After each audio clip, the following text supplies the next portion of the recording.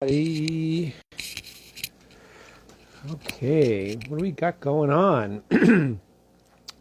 We are a little early, which is fine.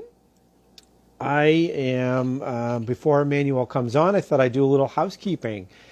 As you know, we have introduced, or not introduced, we are giving our subscribers a free product, or not everyone. Everyone is entered into a quarterly product giveaway, and this is our first one. It was a little delayed because of a COVID issue that I had. I was not sick, folks. I just had to get isolated for a week, which was very traumatic. It's fine. Anyway, I am here. I am finally getting back in the saddle, getting back to our normal programming. And before Emmanuel joins us, I did want to let everyone know who the first winner, and this is our subscribers only can do this, our first winner of our product giveaway. Now, as you know, before I shake up everything, we had a skillet, a Le Creuset cast iron skillet that is going to go to one of our lucky subscribers. So, and I think I might have messed up the name on this because I didn't write it backwards, but I'm going to do it anyway. So, our winner of our first quarterly product giveaway is Monica. Hello, Monica. Congratulations, Monica. You are now the proud owner of a 10-inch Le Creuset cerise, or shall we say cherry, cast iron skillet.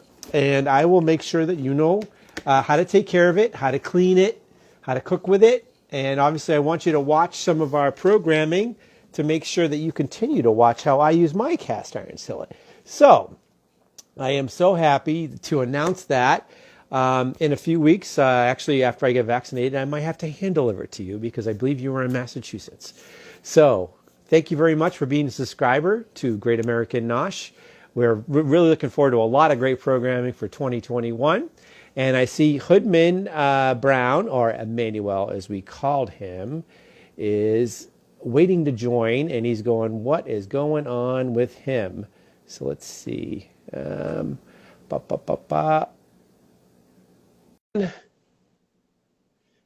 right.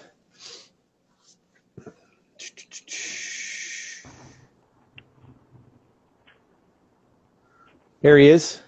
All right. Hey, Pete. Hello. I was doing some housekeeping for Great American Nosh here. So, I saw that. yes, one of our winners Monica has won a cast iron skillet. So I'm very excited. Yes, very excited.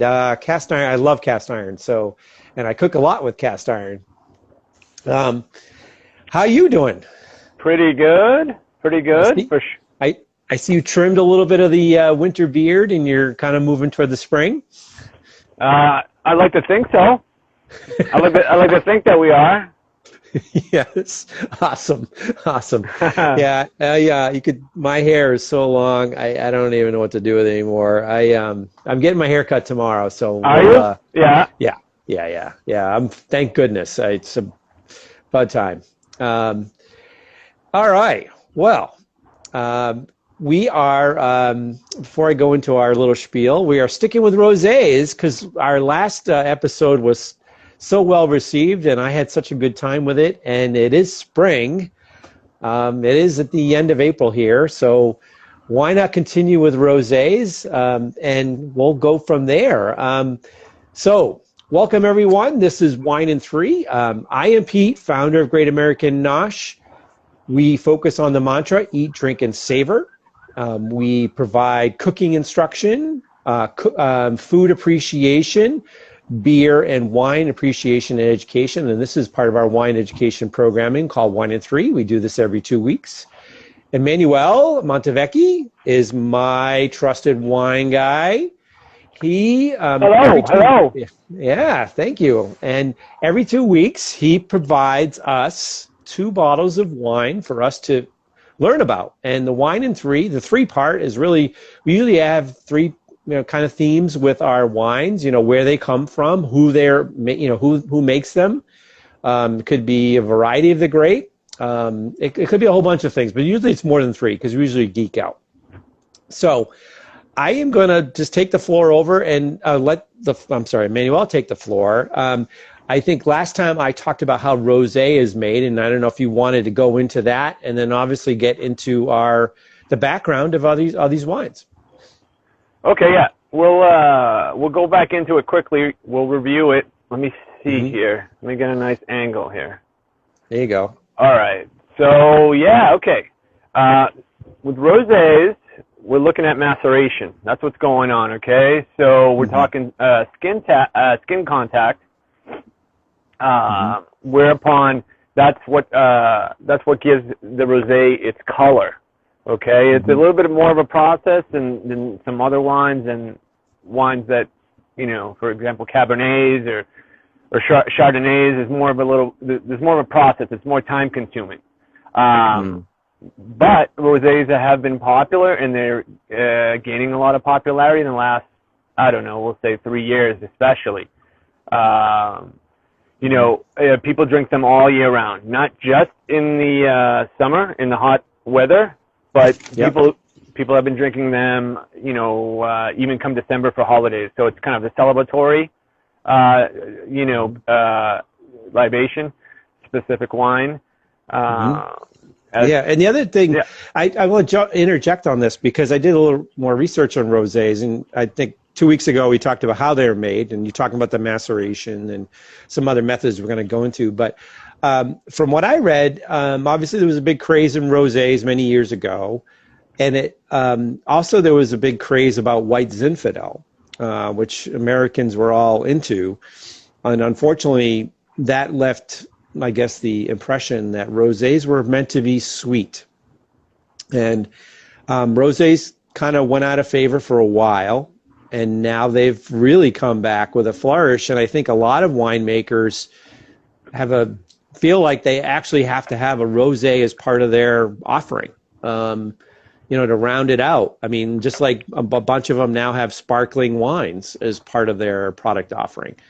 It was very interesting about the kind of the fallout from the craze of white Zinfandel. And I remember the white Zinfandel craze. It was all that sweet, awful wine. But I don't know if you you were part of that, but I definitely remember it.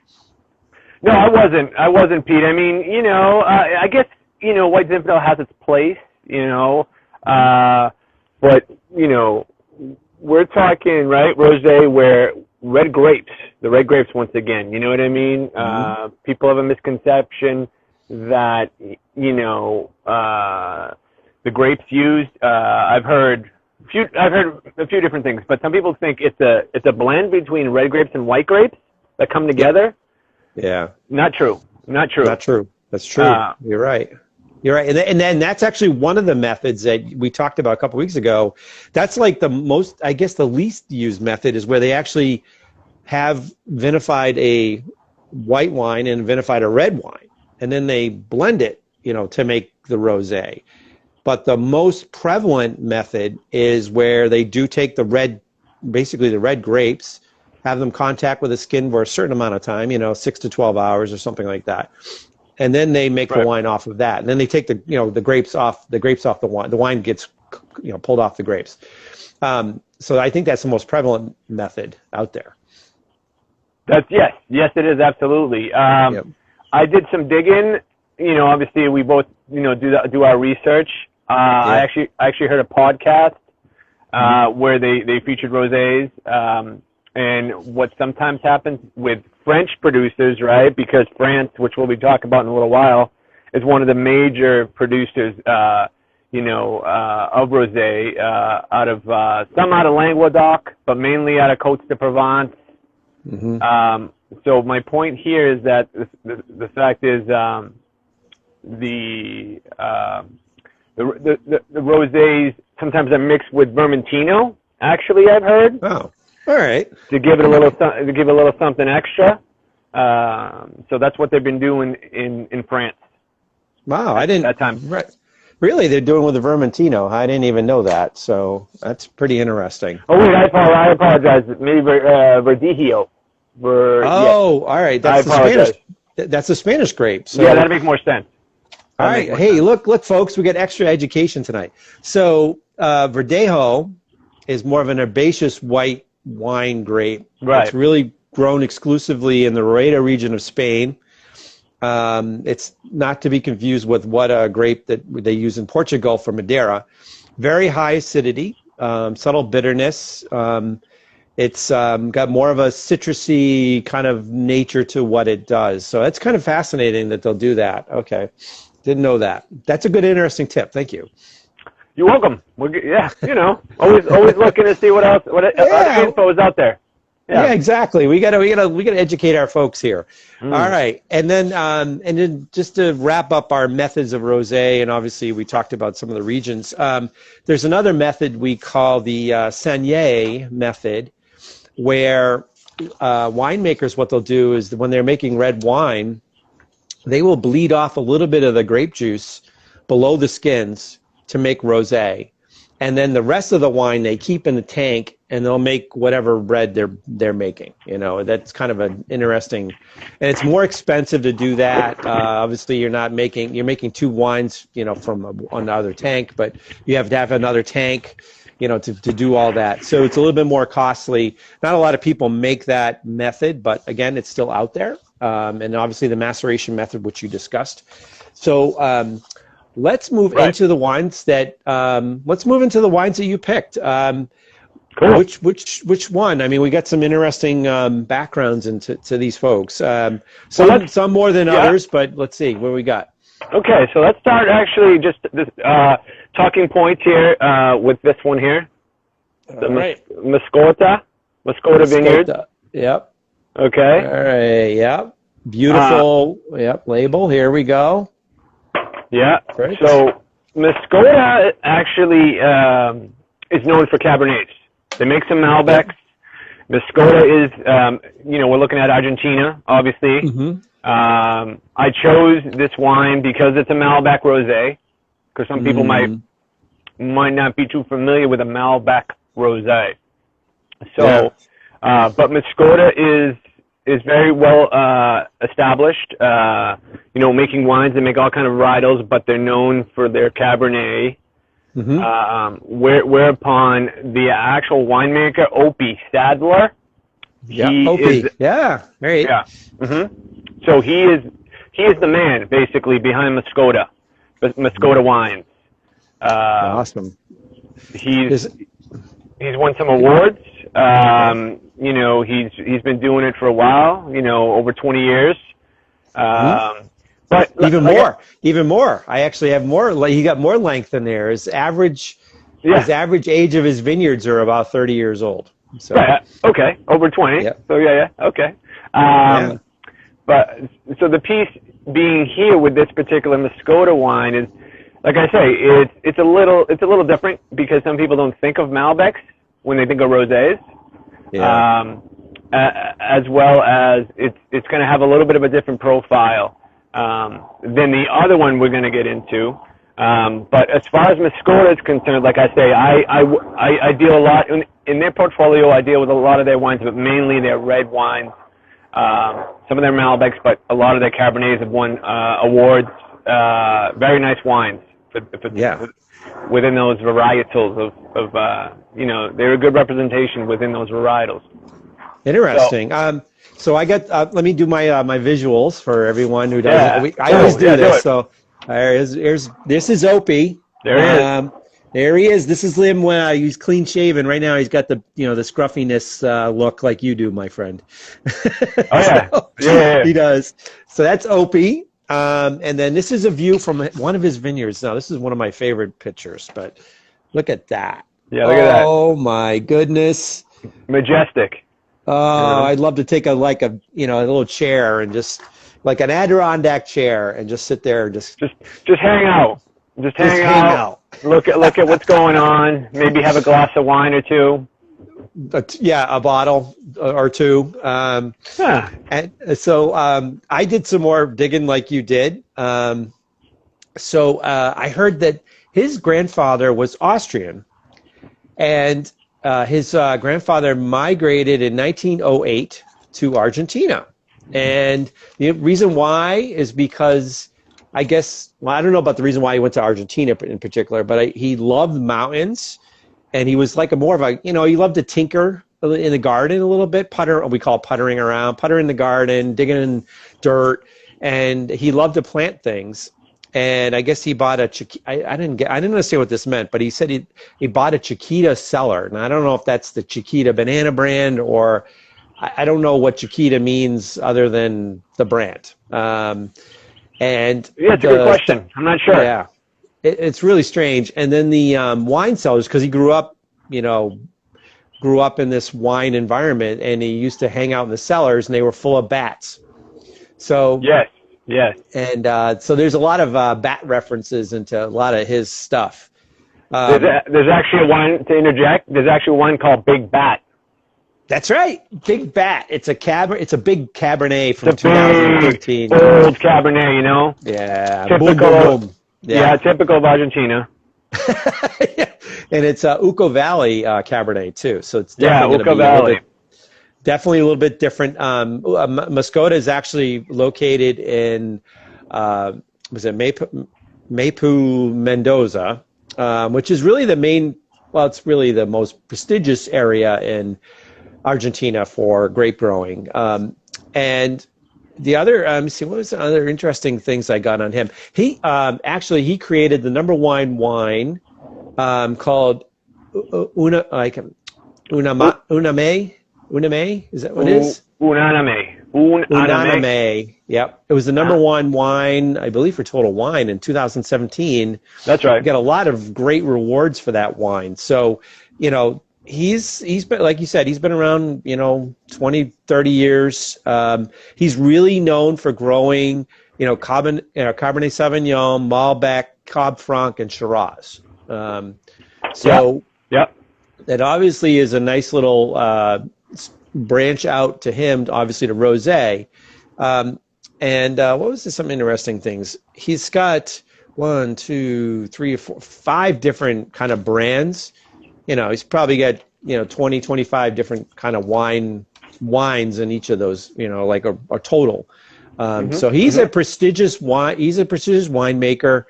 I don't know much about the kids, or if he has kids, or if he's got a succession there, but very interesting individual. I've listened to some of his. He does a lot of. He did a lot of videos, by the way. He's done a lot of webinars.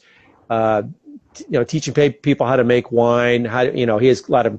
He did a little talk about concrete vats versus wood and stainless steel and so forth like that. So definitely a very interesting person. So that's it for sure. Yeah, no, I mean he's a titan. Within that region. Yeah. So as far as the two, we're gonna move on to the other rosé. Yeah. Let's do that. Yeah, let's do it. Yeah. So. Belarus from Chapoutier. Now this is this family is absolutely they're considered one of the top of the top. You know what I mean? So yeah, they've been regarded highly for many years.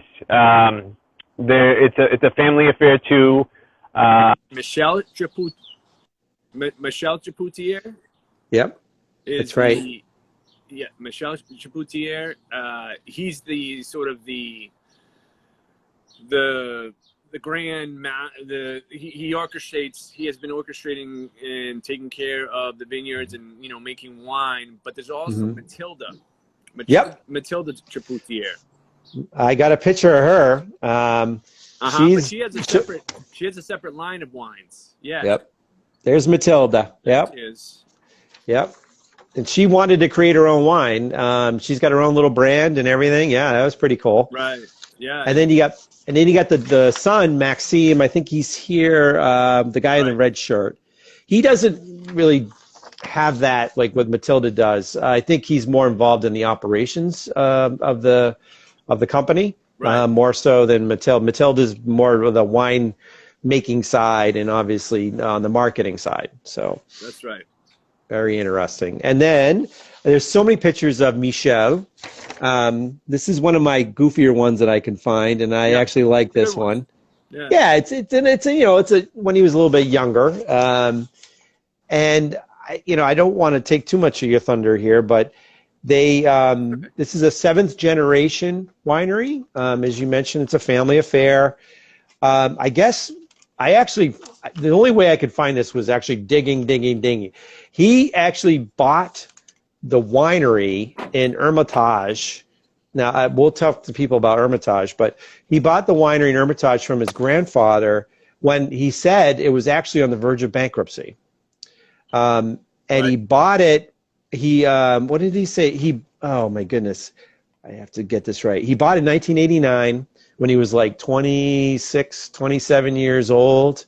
And then as soon as he bought the winery, all the operations, he basically turned them into biodynamic. Now, for folks who don't understand what biodynamic, just think of organic, but a little bit of a different bent on it.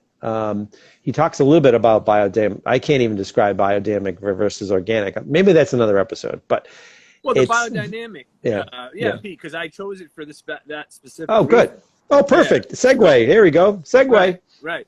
So, as far as there's not a lot of wines that I've run across that are considered biodynamic. So what goes on is they sort of not to speak negatively about California, but they at times will put some sort of, in the soil, they'll put some things to advance the growing process. Okay. So they'll sometimes like fertilizer. You mean talking about fertilizer? Fertilizer. Yeah. What goes on is, and sometimes there's been things where they're not necessarily the great for the ground, you know what I mean? So they could impact, as far as they could have some sort of products that maybe are not so good for you necessarily. I mean, as far as it sometimes goes on. I know there's been write-ups about California in reference to that. We're not going to point the finger at anyone. It's just that with the biodynamic piece, we're looking at basically there's a process whereupon they use animals of the land that they have, the farming land. You know what I mean? It's a full circle piece where the manure is used from the particular animals that goes into the ground. It's a procedural process that really they take the nature and the environment into account. So they really isn't it when they let the sheep like graze amongst the vines, like the sheep like mow down some of the weeds and some of the grass, and then of course they're doing their thing and laying manure everywhere. Of course, the manure then goes into the soil, and then supposedly there's a lot of nutrients that the vines will take from that. Right. And then in return, the winemaker doesn't spray the vines with pesticides, which kills actually a lot of beneficial insects, because there's a lot of insects that eat the bad ones.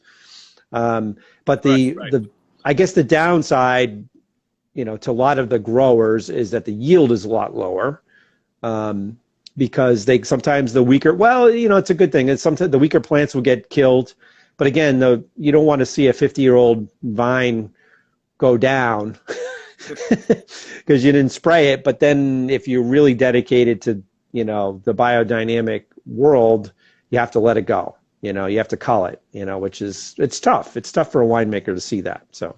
Right, exactly. And taking into account, technology has changed. I know we've mentioned it on other programs, the technology of actually farming in these viticulture areas, these vineyards, and the technology is obviously available for some of the vineyards. So they use that for a lot of the, the process that takes place in order to make sure the vines are prepared properly. The soil is where it needs to be from a nutrient standpoint.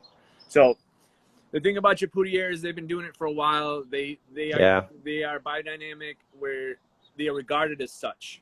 So when someone says to me, there's a couple that come to mind, but this is the big one for me. when they say to me, hey, because it's a trendy thing now. You know, Rosés kind of, like I said, have caught on probably in the last 3 years, like big time. Yeah. But as far as biodynamic, I hear that from time to time. You know, I'll hear it from people. They'll say, hey, I'm looking for some wines, but I want biodynamic wines. Well, Yeah. the thing is about biodynamic wines, some of them are hard to find. Yep. It may be more boutique shop rather than a more large scale operation for a wine shop. That's right.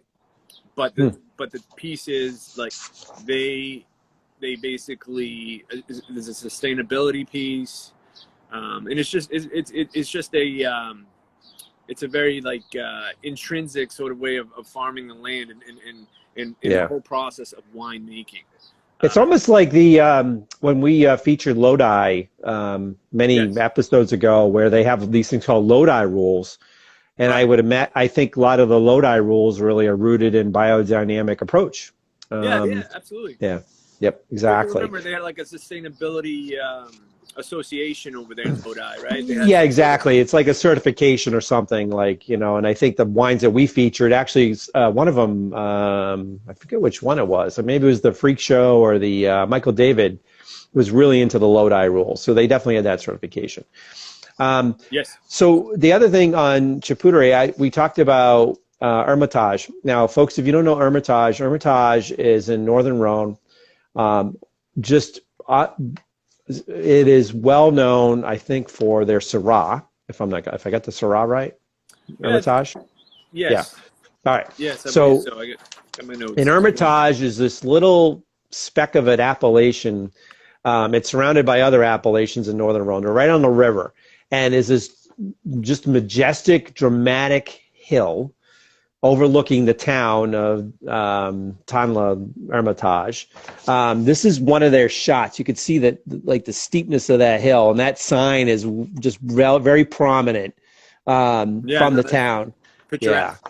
Yeah. It's very picturesque. I don't even know how they farm that, because that's a pretty steep hill. It is. But Hermitage is amazing, and if you've ever had any Syrah, you got to have some from Hermitage, because you'd be like, wow. It's amazing. And then the other thing, I didn't know that Syrah actually comes from actually two grapes. So I didn't know. I thought Syrah was the parent grape, but apparently Syrah's got a parent, and they came from France. It's a learning. We're learning here. This is a learning. Yeah, today. It is fun. I have to say. And then this Chapoutier, he's unbelievably grown his holdings. He's bought stuff in Australia, Languedoc-Roussillon, Portugal, Alsace, Spain.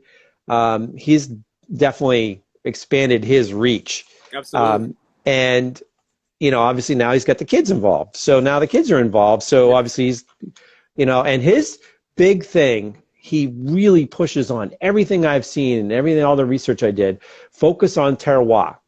And we don't talk too much about terroir, but terroir means they really like to do single vineyard wines, where they just take a single grape variety from one vineyard and whatever the nature deals them for that year, that vintage, so be it. That is, they said, an expression of terroir. And because they're doing biodynamic, they're not obviously altering the wine. It's like whatever the weather gave us, this is the wine. And this is our terroir. This is the climate. This is the climate of Hermitage, the climate of Portugal. This is what they're focused on. And he really, beats that drum pretty heavily. I don't know if you saw some of that, but I did. I caught a lot of that. Oh, yeah, I absolutely did. And let me put this in there as well, Pete. So I'm looking at my little notes here. And as far as the process for the Belarus Rosé here, it's a French process known as the bourbage. The bourbage? Did you come across this? Yeah, I heard. I did read that. Yeah. The grape, right. So the grape must be allowed to sit for a period of 24 hours. And then that allows the solids and liquid to separate naturally, right? And then it reduces the need for filtering.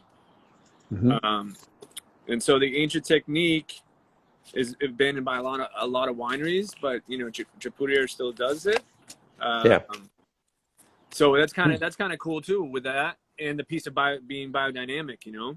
Yep, exactly. Well, we're going to geek out later about some other interesting things about Chapoutier. All right, so let's move on into our views of these wines. So we're going to do Mascota. Let's do that. Now, yeah, let's do the Mascota. Now, the one thing, folks, that I immediately picked up when Manuel picked out this wine is that this thing looks like a Chardonnay to me. It does not look like a Rosé. You know, maybe it could be considered an orange wine. I don't think so, but it looked like a Chardonnay. No, it wouldn't be an orange wine. It wouldn't be an orange wine because remember, orange wine is white. They're white grapes. Oh, that's right. Again, I have to learn, folks. We have to learn about this stuff. So, but still, this does not look like your normal Rosé. This looks like a, you know, kind of a tinted Chard or maybe an aged Sauvignon Blanc or Sancerre. Again, very interesting on the marketing on this. So let me say this, okay? This is what I got for character as far as this wine. It's salmon. Yeah. It's a salmon color, Pete. That's very. I don't know. Maybe I'm getting old and my eyesight's shot. Color, at that, it's a light, but I definitely see salmon, no doubt. You see salmon? Oh yeah. Oh come on! You smoking dope? The flesh of the salmon. The flesh of the salmon. The flesh of the salmon is like this. I mean, it's light. Silver. It's light. All right. Though. It's light, but if you were to hold this up to something white, you would see that it's like almost like that kind of. It's not a dark salmon, but it's like maybe lighter. Maybe I got a bad bottle, but I see it, but it's like a very light. It's not like salmon, you know what I mean? Like the flesh of the actual salmon fish is light. All right, the jury's still out on your view of this, but we'll revisit that later. I'm going to start flashing colors at you. Is that behind me? Is that green or is that red? Well, you got green and you got a little red over there too, actually. All right. There's two signs. Okay. All right. So let's go diving in here. All right. So, folks, just to let you know, an interesting way to sniff is sniff from the bottom of the glass, sniff to the top of the glass, but do a couple of short sniffs to kind of get your nose going, and then do a nice long sniff, you know. Wow, it's kind of earthy. Oh, wow, it almost smells like sewage, but almost got a sewage. I know, folks. Yeah, sewage. Yeah, that's really attractive. I don't know about that, Pete. Now I got to call you on that. Sewage? I don't get that. I don't get that at all. All right. Gravel? It's like, yeah, gravel. A little gravel. It's gonna. I feel like minerality is gonna come into play, for sure. I think so. Yeah. Because it's got like that presence about it. But once again, like you were saying, with basically, we'll say strategies for drinking wine. Yeah, it's a procedural activity, you know. Yeah. Where you really have to, like you said, sniff. The way you sniff it, you have to kind of, you know, make sure you kind of swirl it a bit, Yep, exactly. And folks, if this isn't a show for you, if you like to just guzzle it, that's for another episode when we do the box wine. But anyway, you know, there is a process to this, and obviously this makes part of the wine really enjoyable. Is each one has this great aroma. Some may have off-putting, some may be even biting. But again, it tells a story, as Emmanuel has always talked about. That's right. Wine will tell you a story. So you're looking at it, see the color, the hue, how intense it looks. Obviously, we have a disagreement over the salmon color on this one, but you would agree it's pink, kind of pinkish, though, right? I don't see pink. I just don't see pink. I see white. I see like a tinted white. The other one that has more of a salmon look to it, but we'll get to that in a minute. We'll get to that. Right. We'll maybe get to it later. All right. I'm not clay, like a little clay. I think we were saying. Yeah, clay. I'm getting a papaya, like a citrus. Yeah, more like a papaya, like a ripe papaya. Yeah, I get a little bit of that. I'll agree with that. Sure. Yeah, not catching any of the. I don't really get much else for fruit. I don't get any red fruits or anything from this. So let me just say with this, okay? So once again with rosés kind of the popular rosé, and that's we're talking about things. So it might differ from person to person, obviously, but the popular rosés are usually minerality and they're kind of dry, so they're not necessarily fruity. They're refreshing. That's the word that comes up, refreshing. So I have a feeling that this one is going to be minerality refreshing. Yeah, I got the minerality right off the nose. I mean, it's definitely minerality big time. Like a gravel, like wet rocks, the type thing.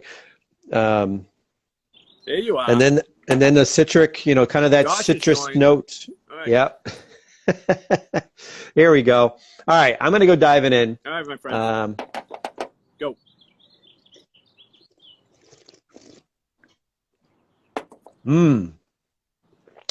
Oh, it's mineral. Oh yeah, If you like dry rosé, that right hit the spot. Dry minerality once again, and it's kind of refreshing. You know what I mean? This would be good on a warm day. That's what I mean. It could be a little warmer. I mean, if we did our show tomorrow, I guess tomorrow's going to be the day for us anyway. Around here, it's going to be warm, really warm. I really getting very low alcohol. I'm really, so folks, just to let you know how I'm tasting. Emmanuel's got his approach, but I'll take it and I'll swirl it around a little bit, and then I'll breathe back through my nose to really kind of see how hot how hot it is in terms of the alcohol level. If it's kind of prickles your nose a little bit, the alcohol level is pretty high. This is definitely not doing that. It's really low, and 12% is pretty low. This is the one that Pete's working through right now. That we're working on. It's actually got a beautiful. I would call it more of a, not even a magenta. It's kind of like a pale magenta, purplish letters. But we'll geek out about labels in a minute. That's later. Grand finale. That's right. That's when we geek out and people either stay around and geek with us or they move on. All right. Yeah, I actually like this. I really do. I'm a big fan of dry mineral rosés. It was like that Black Girl Magic that I really liked from 2 weeks ago. Black Girl Magic Rosé, yeah. Once again, that's kind of I said that's a French kind of Côte de Provence style. Yeah, a Rhone style. Yep, that was definitely a Rhone style. Yep. Yeah, this is like right in that ballpark with that rosé too. Yeah. Absolutely. I actually like it. Folks, I'm a cook as well, and I think anytime you have a kind of a dry mineral wine like this, it really is going to go well with a lot of food here. You got to be careful on the aggressive spices and things like that, but like a nice sole or a flounder, like a nice poached, oh my goodness, with some steamed vegetables I think that would go really well with this. Oh yeah, most definitely. Flounder, halibut probably. No, yeah, halibut.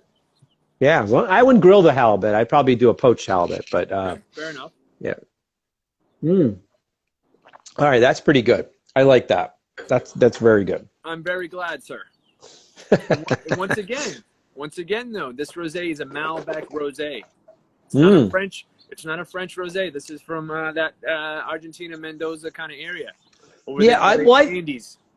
I was thinking, because you mentioned Malbec, because I was thinking Malbec would have a way of influencing the acidity and the tannins per se.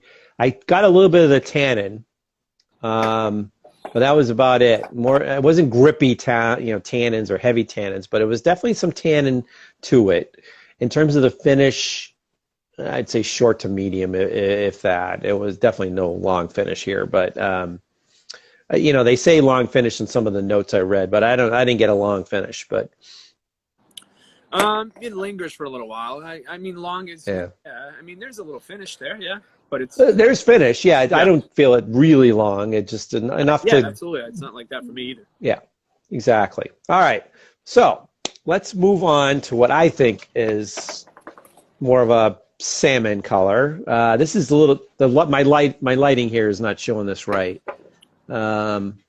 They call this really pale pink, but I actually read a little bit something about this. Is that Chapoutier mentioned that he was doing some stuff in Tavel, which is known for their deep pink rosés. Yes. And his marketing, his sales, and obviously sales and then marketing kind of talk to each other. He realized that type of deep pink was not selling. And so he felt like he had to have a pale pink offering. Yeah, your lighting is so much better. I think you have the natural light here. I do not. I have the kind of the artificial light. But, that's got more of a fruity, that's got more fruit forward on this one. Yeah, absolutely. It's floral. That's what I'd say. It's floral. Yeah, floral fruit. What's that fruit? It's got to have more of a citric. I'm getting more of a pineapple thing. Pineapple, huh? Barely. It's a hint. I wouldn't say kiwi. Well, kiwi's more of a maybe better one because it's more of a subtle than pineapple. Pineapple's really sweet. Yeah, I'll take that back. So that's the best part about this wine stuff, folks, is that this stuff, the wine will evolve. The longer you have it out. Again, it also affects whatever you're eating as well, too. But no, I'm definitely getting that. Yeah, definitely some citrus, tropical fruit type thing going. Yeah, most definitely. Yeah, it's hard to kind of pinpoint it though. I'm gonna back off. I'm gonna scrap that pineapple comment. I'm gonna go with the kiwi, but maybe slightly. You know, when the kiwi's wet. You know what I mean? Yeah. Well, not like an unripe kiwi almost. You know, like where you need a couple more days to ripen it up, and when you cut it, you really have to stick your nose in there to really smell the kiwi. Yeah. No. That's kind of what I'm getting here. Yeah. It's tough, you know, because when we get into this, right, and if you plant something, like not plant something, but if you say something, kind of plant something in my mind. So that's how the brain kind of works too, right? Power suggestion, right? If I say, don't think about a pink elephant, what are you going to do? You know what I mean? Pink elephant. You know what? Actually, I'm starting to gravitate to mango on this one. Because you got that floral, it's like very heavy aromatic floral thing going here. And kiwi is not a floral at all. And mango, you know, like a ripe mango, it really, really smells. I don't know if it's that much of a stretch, but well, I mean, I don't like the kiwi kind of like I was even thinking almost kiwi skin. I don't know if I'm getting out there a little bit, but like when you know you go to wash the kiwi before you're gonna cut it or something, and like, you get that earthy smell almost to it. Yeah, well that's from the rind. But you know, there's an acidity, it's in there. There's an acidity to kiwi, right? Yep, exactly. All right, well I'm gonna go diving in. I think we're kind of in the same ballpark on the aroma on that. Definitely different than the Mascota, which was more, definitely minerality to it. And not much for aromatics, the Mascota. No, not at all. Not at all. So once again, folks, this is French. This is a French Rosé Chapoutier. They're both 2018s. Wow. It's pretty similar in terms of the taste. I'm getting that mineral, a little bit more tannin on the front. Okay. I don't know, I'm getting more of a medium finish here. Medium body. I don't get much acidity here. I don't know about you, but no, I do not. Yeah, there's definitely some similarities. You know, there's definitely, once again, refreshing. They're not fruity rosés. These two rosés, they're not fruity. No fruity. Like, well, we highlighted Samuel Robert, which is from Oregon. They made a rosé from Pinot Noir, and that was more, I wouldn't say fruit. Well, when people think fruity, they're thinking of fruit juice. It definitely is sweeter, more residual sugars in the wine than the Black Girl Magic, which was a dry minerality type like these two. But these are definitely pretty similar. I'm trying to figure out which one I really would gravitate to, and I actually want to gravitate to both of them. I think they both have their place. Yeah. Let's go back to the Mascota in a minute or two. Mm-hmm. All right. I'll go back to Mascota. All right. I cleanse my palate. Yep. The nose is still there. Gravel, clay, earth. Yeah.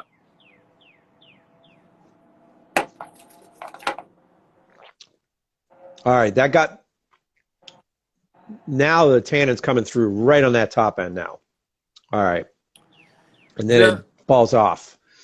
Yeah, I think that in a way the Mascota is a little more, I don't know if balance is the right way. I mean, this is what I'm gathering from my wine tasting here tonight. Yeah. The Mascota is a little more balanced. Yeah, Josh, this is the Mascota from Mendoza, Argentina, Josh. The Belarus is coming up. The Belarus. Yeah. Thanks, Pete. It's Mascota, and then I'll show them the Belarus.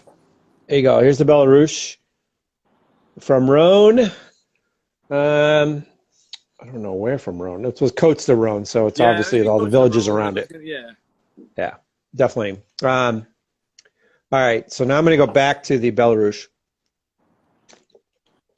Folks, this is a tough one. We haven't had anything taste this similar in a while. I'm not going to say anything right now, but I think I know which one I like already.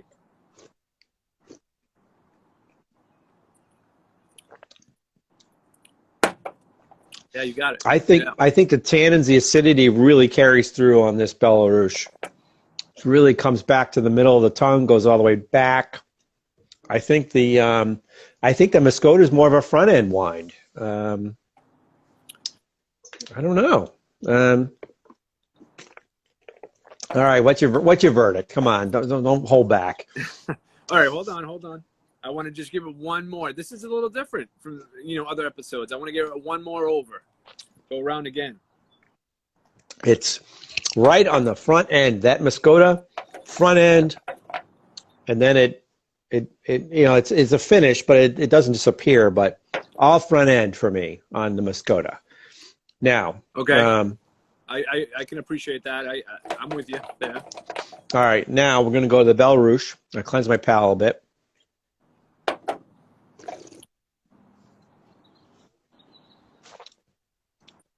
More of a middle in the back now.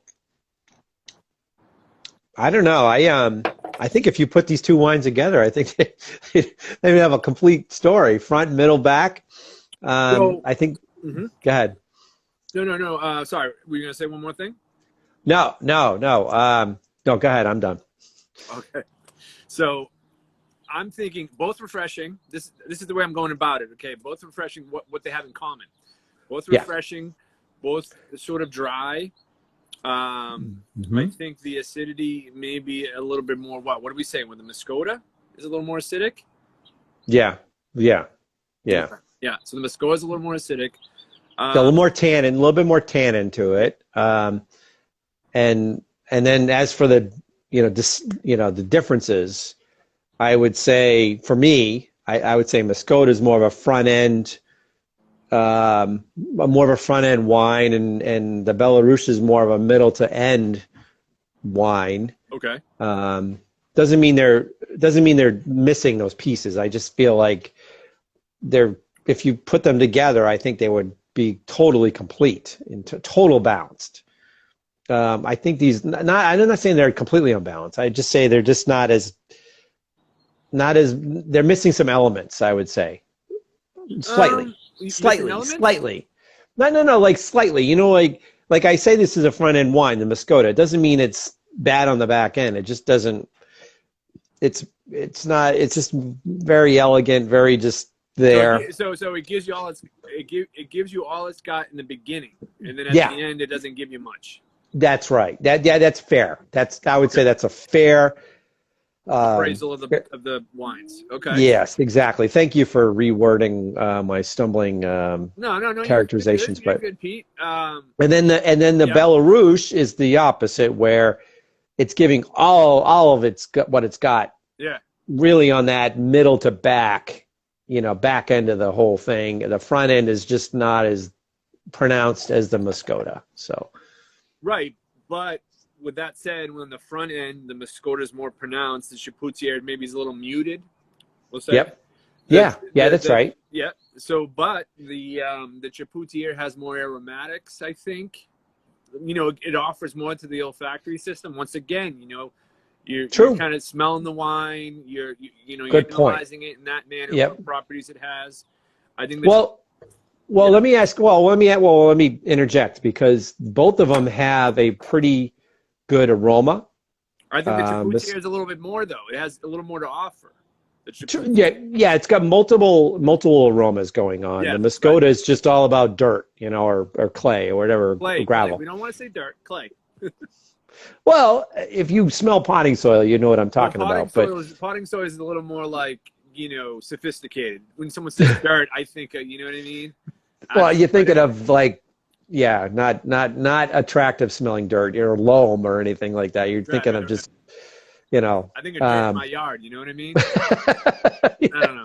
All right. So this is more gravel, clay aroma. Yeah. The Belarus is more, it's got more of a fruit forward aroma to it. I think it's got multiple things going on. It's got an aromatic thing, which I obviously go back to the mango, because if you ever had smelt a ripe mango, it is rather floral, aromatic. It's pretty intense, but you're right. I think I'm with you on that. I think the Belarus has got a little bit more on the upfront on the aroma, but when it goes into your mouth, I think it adds more in the middle to the back end. So. Yes. Yeah. No, I agree. I agree totally with that. I agree totally. Mm-hmm. I think stylistically, they kind of, as far as quick, so to speak, the quick and the dirty about it, they're both dry and they have minerality and refreshing. Yeah, exactly. You know what I mean? That's for our viewers. If you love dry rosés, both of these are going to be pretty good. Yeah, absolutely. I actually like both of them. We've had some episodes where one was clearly outclassed the other, and we're like, I don't like that one. This one's good. Both of them are pretty similar in terms of their, in terms of that dryness. That nice dry, refreshing rosé that you really want to have on a warm, hot day. Get it chilled a little bit more than what we have it now. I think it'd be good. I mean, these are good. Yeah, no, they're good. They're good for what they are. Once again, rosés, they're meant, you can have one, nice hot day. I think a hot day is really where rosé kind of is exemplary, where it shines. A hot day on your deck, you have people over, when you can have people over, what have you, inside, in your home, whatever. Yeah. When it's warm out, but I think it's kind of like earlier in the day. It's a hot day. You're grilling something. You can grill some haddock. You could do that. Yeah. You could grill some. You were talking about poaching earlier, some halibut. Yeah, I actually think these would go really well with shucked oysters. Yeah, I agree. Absolutely. Yeah. Depends on the oyster a little bit. If it, that medium to low salinity oyster. Not the ones that are super briny, but definitely, I think that would go well. Both of them would go well with a shucked oyster like that. Just straight up oyster, none of the Tabasco sauce or horseradish stuff on the oysters like we used to always do. But straight up oyster, straight up rosé, I think be pretty good. Yeah, absolutely, no doubt. Doubt. I mean, I think for the people listening, and when we put it on, when we put it on Instagram, when we have it on there, rosés. I mean, like they've taken off. As I said earlier, they've taken off in the last Yep. 3 years. Or Seafood so. salad. It's not just women drinking them; it's men drinking them. It's all humans drinking them. Yep. Exactly. They're still, they can be popular around December too because it's celebratory as well. Sure. Yeah. But I think rosés have a kind of they've reestablished, or not reestablished. They've established themselves among you Pinot Noir, you Cabernet. People might gravitate to those varietals, but like the rosé, I think they're getting more and more popular. Yeah. Well, and also like the major producers they're producing, they're like, they see the whole game here. They're like, well, I think we need to have a rosé. I think we need to produce a rosé, and they're, right, absolutely. Again, some of it may not be driven by the love of rosé. I think some of it may be driven by the additional revenue stream. But again, that's the end game. That is the end game, right? It's like you're not going to make it unprofitably because you just love rosé. I mean, you're going to make it because it makes business sense. Sure. But it's not just, Joe Schmoes are slapping together rosés and putting it out in the market. You got Chapoutier is making it. Chapoutier, yeah, and he's no slouch. Mascota's no slouch. That's right. So they obviously see a benefit to it. And I obviously talked about the pale versus deep pink thing with Chapoutier, but still, these are, they're obviously seeing, obviously the consumers are, powerful here. They're like, we want rosés. And then if you go to any store, you start seeing a lot more rosé selections, which is good. Oh, all right. So Josh, yeah, absolutely, Pete. So Josh is making, some sort of analogy, but rosé wine, right? What is wine? Yep. New England IPAs to beer. Yeah, I don't know. I mean, no, he's right. Actually, he is right, because every Boston Beer Company just put out a hazy IPA. It's all splattered all over the commercials. Right? They have to have an hazy. He's right. Everyone has to have a hazy IPA or a New England IPA now. All right. Yeah, absolutely, Josh. There you go, kid. Yeah. No, he's right. He's right. I agree with him. They don't want the filtered IPA. They want the hazy, cloudy, IPA. And again, I eventually get cooked out on hoppy IPAs, but he's right. No, he's right. He's absolutely correct. Well, Josh is on the pulse too. I mean, he gets it. He knows what's going on out there in the market. Jim Cook. For sure. But Jim Cook opened the door for a lot of people, for sure. You know what I mean? For beer. Yeah. But let's get back to wine, Josh. All right, so let's geek out. You want to geek out? All right, let's geek out. Yeah, for sure. Let's do that. All right, so what do we got? We got both bottles are kind of similar. Actually, Pete, I think they're the same bottle. Look at them closely. They kind of like the same bottle shape. I know. That's what I'm saying. That's why they look the same to me. They're not dissimilar, though. I think they're the same. Same bottle. Yeah, twist same off. shoulders. Twist off. Length. Twist off. Yep. Everyone's going to twist offs for this.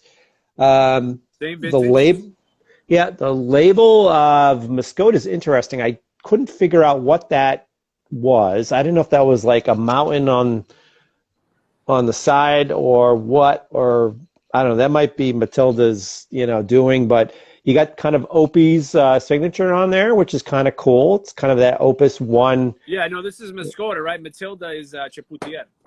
Yeah. Oh, you're right. Oh, shoot, you're right.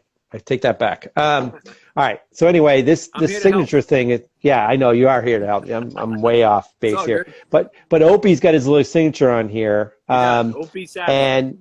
And Opie Sadler, and that's his real name is Rodolfo Sadler. But that looks like kind of an Opus 1 thing where they have the signatures of Mondavi and Rothschild. I like that. Yeah, right. Those are prolific. I mean, those are very respectable wines. The ones that Pete mentioned, for people who don't know, Opus 1, higher end, right? Higher end. Yep, higher end. It's hard to find. Yeah, that's right. I gotta remember. People don't know what Opus 1 is. I remember I went to Opus 1 like 25 years ago, and the guide was such a wine snob, I really wanted to slap him in the face. Oh, I see. He talked a lot like this, Oh, like, really? yeah, like I know I more know than exactly what you're you, saying. I know exactly what you're saying. He gesticulated in such a manner where he was like, "Let me tell you what I need to tell you because you need to listen." because you're stupid and you Yeah, paid, I get it. you paid I get it. $25 for this, silly tour that I have to, give you. It was really condescending, and it really turned me off. Now they have great wine. I was just like, this guy's Yeah. I mean, but I also have heard I've heard other stories too where people go to certain vineyards and it's like, the winemaker and is well known and what have you. He comes in and he's like a little disheveled and he's not all kind of snooty and snobby and he's like, yep, hey, let's take out these bottles. Meanwhile, they're like $200 to $150. And yep, let's just drink these bottles and tell me what you think. You know what I mean? It's more like, it's very casual. It's yeah, very casual, yeah. and That, the environment's I not like, we have the best wine on the planet, and you need to listen to what I tell you about yeah. it. Well, if you ever gone to Opus One, it's a rather clean place. I've never seen such a clean winery in my life, but I mean, everything is sparkling. The barrels are all got, painted in stripes and the red in the middle of the barrel and all well laid out. And, there's definitely some marketing people with that. And you're just like, and then when you talk about folks like what you're talking about, Emmanuel, you go in there and there's cobwebs and, things are a little messy and you got maybe puddles of old Sure, wine sitting in the sure. corner, and it's like, it's fine. But then like when you taste their wine, you're like, oh my God, that's awesome. And, again, it's a different approach. I get it. Maybe catering to a different clientele, but honestly, I have a really big problem with the wine snobbery that really just, it Well, turns I mean, people that's not off. what we do, Pete. And that's not what we're about. No, exactly. We're not about that. Eat, drink, savor. Yeah, But like, you and I, we kind of like do the repartee, and we kind of put things together. And and I know, I'm not, I know a great deal about wine for the most part, but there's never enough you can know about wine. There is no ceiling. no. And I don't care, you know what I mean? I don't care who you are. But, obviously I'm in the position of selling wine and paying attention to the trends and what have you. And I sell, $10 wine, and I sell, wine that's, $150 and sometimes a little bit more. But Good. Well, that's a good segue. All right, so folks, I don't think Jen is on this episode, but she will view in later. How much both these wines cost? I don't remember, but all right, I'm going to tell you right now. Okay, so this is it. Good segue. That's right. All right. So we're basically looking at like right around $11 a piece. Yep. Mascota. 11. Yep. And that's actually jump into it. Go ahead with the Belarus. Belarus. Yep. That label is very particular. And tell me why it is, Pete. Do you know why? Oh, yes. Thank you very much. I know we were going to forget that. It's very specific.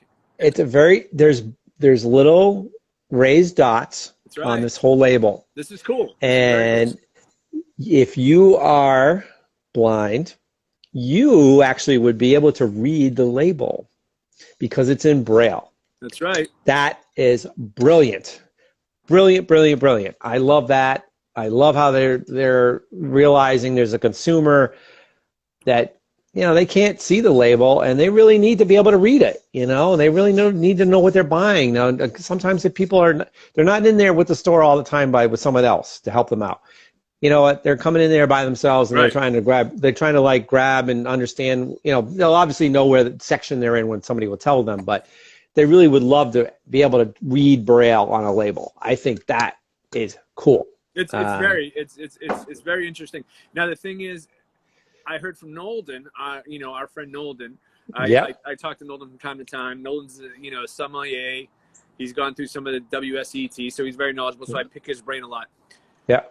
The story goes, and I didn't read this though when I did a little bit of my digging when I was researching. But the story goes that in the Chapoutier family, one of the children are blind. They're blind.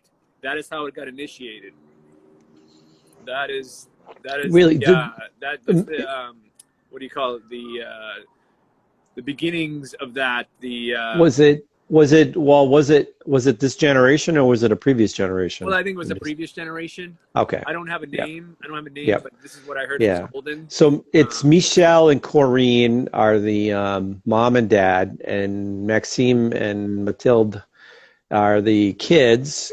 So then it would be Michelle's grandparents and kids or whatever, you know. Okay, that's pretty cool. I didn't know that. All right. Yeah, I think that was the impetus for the whole thing. Wow. You know what I mean? So yeah. And they make other, you know, they make Cote de Rones. They're also Braille. They're a little more expensive. I mean, they're more expensive. Yeah. We're looking at like, you know, upwards of 60. Wow. So they have a portfolio, Chapoutier. They do. Well, they did. I saw when I mentioned the terroir thing, they're really into that because I saw like 15 different single vineyard wines that they were talking about. It was like, whoa, holy moly.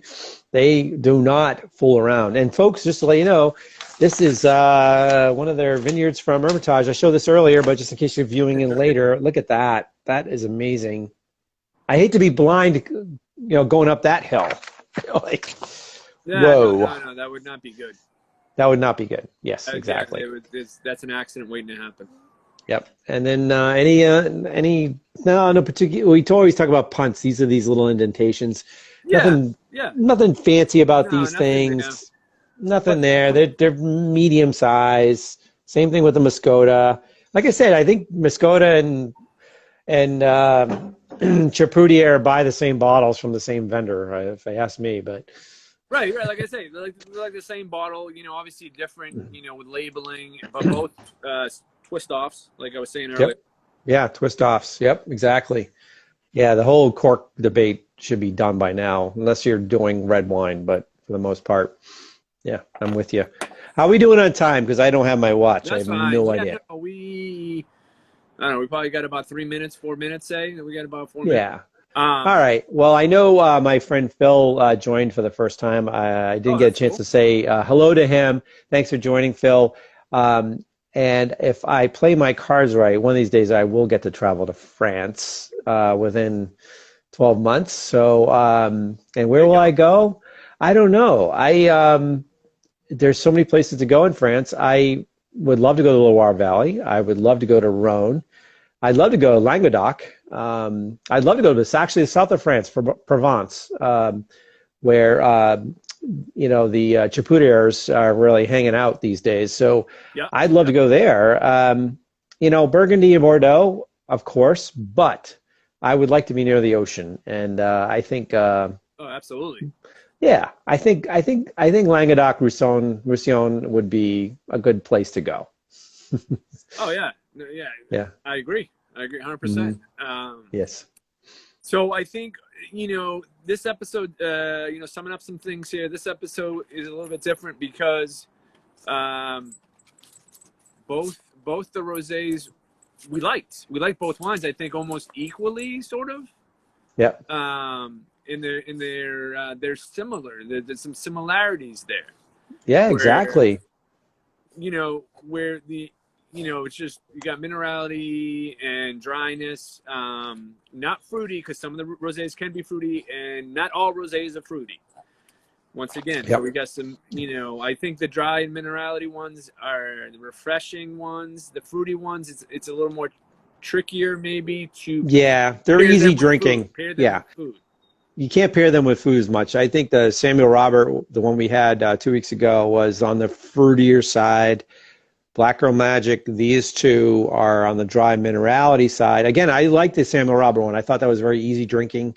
That's something I wouldn't pair with food necessarily. Right. I think I would just kind of keep that, you know, sitting on the deck or, you know, on a patio, just drinking it by myself with some crackers and stuff like that, you know, just without anything in terms of food. But you're right. I think we got some interesting similarities with these two wines. I'm very impressed. And my friend Phil, I have seen Escape to the Chateau multiple times. We're still stuck on season 2. I would never buy a $200,000 chateau and then try to do it by myself and like not expect to spend $1 million keeping it up. So I don't know if you've ever seen that show, but that's kind of what it's all about. Anyway. Okay, so for the sake of time, right? If I can just put this out. Yeah. So these were the two wines, right? We had. Yeah. So Yeah, exactly. The Mascota from Argentina, Mendoza area. You got it there, Pete.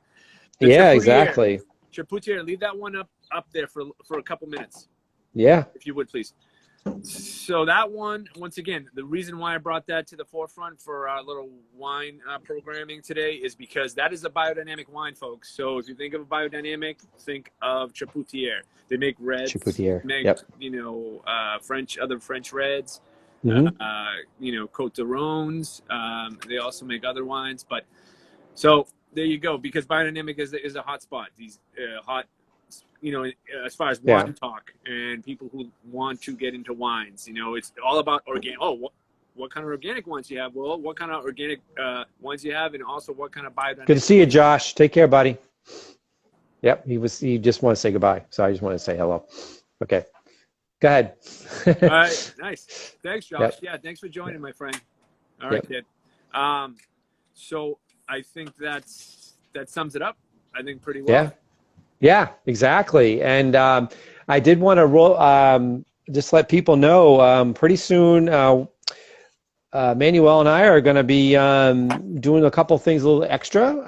I think it might be worthy to revisit our Chilean red episode, but we're going to probably relook at it and do a revintage, but we're actually going to probably take that on the road a little bit. So we might be doing a little bit of a outside event, and we're going to provide my subscribers discounted or free kind of pricing for that. But for others, obviously, we're going to give you some pricing. But we might revisit that. I think that might be a good one. But I know we have summer coming up, and I know we have some warm weather coming, and we obviously going to stick kind of with our theme of summer and spring whites or spring or summer reds or whatever we want to do.